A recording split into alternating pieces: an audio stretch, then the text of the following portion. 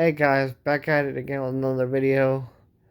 I just wanted to apologize for being gone. I was studying for finals and one of my family members passed away, which kind of made me come to a lot of realizations. Well, I don't know why around this time I guess I thought deeper and I looked at everything and one of the biggest things was the spouse of this family member was super worried about this family member's care needing this family member's care requiring this person to give up stuff they cared about. And that made me think everyone in America is all about taking care of the elders and taking care of each other, but when we get old and sick and frail, they don't care what you have, what you want. If you work 2 or 3 jobs like this one person I know who was afraid he was going to lose all his cars because under Medicaid you're only allowed to have one car and one house, and that's it. And even for me, I'm not new to this in a different scenario, but but I for me you're only allowed to have $1,200 of money in your under your name at all times.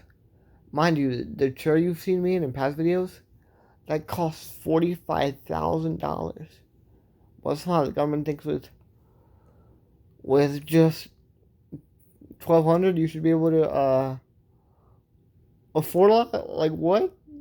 I just it always, especially with the passing of the silver rate, it always bothered me that like we as Americans try to say we care about our elders and we charge them as they're like sometimes dying, sometimes on the edge. We're like, oh yeah, you're dying, but give me your money. Like that's why.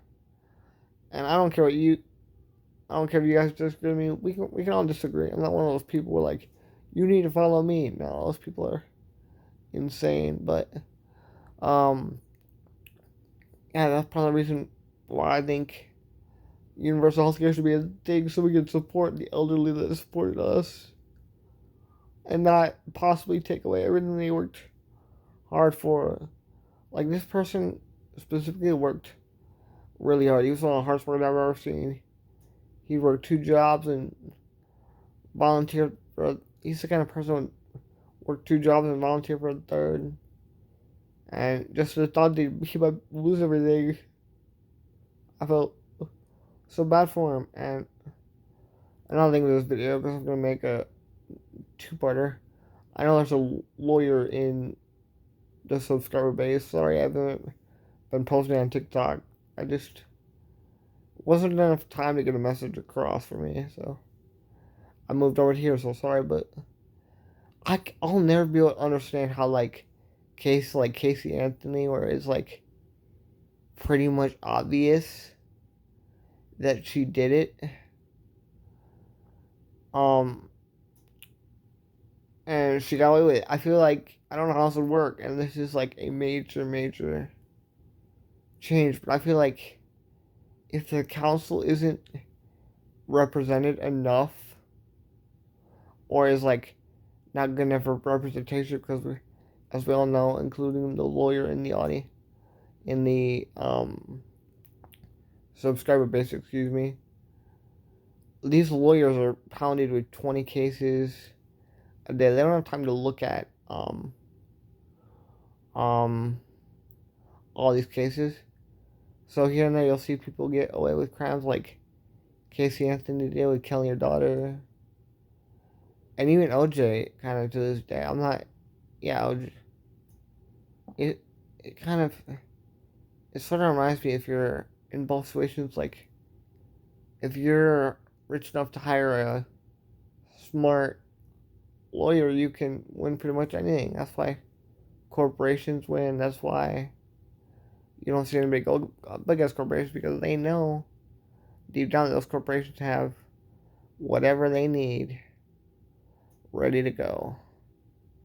And I don't know, it really bothers me. And I want to change the judicial system, make it more fair, but I think it's safe to say with all the donations that companies make and all the big companies, until we fix that, we're not going to get anywhere with like the universal health care and all that, because these companies want to make money. That's what they're made to do. Nothing against them.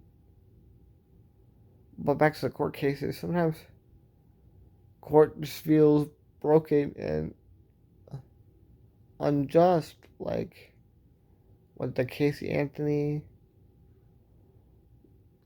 case, and there's many others. Casey Anthony case. Even back in the early days, this is not just a new thing. When a black man was accused of sexually assaulting a group of white women, he was put in prison for years. And he never did it. There was an even more recent case where this kid got caught stealing, I can't remember what. And he got put in prison for like, I think 10 years. And it messed him up so bad that he ended up killing himself on the outside when he got out of prison because he didn't know how to handle it. I just feel like there need to be major changes, and I don't know how to make them because you can't do a complete overhaul. I just feel like right now our country struggles with moderation, and if we can get moderation down, I feel like that's what the founding fathers wanted Congress and the Senate to be. Not like a fighting ground, just like a place to iron out the kinks instead of just putting what we don't like to the side. Alright, that'll be it for today's video, guys. Let me know if you have any comments, what you guys want to see, because I'm on summer break now, and my family stuff's over, so what do you guys want to see? Let me know, and I'll give it to you. Bye.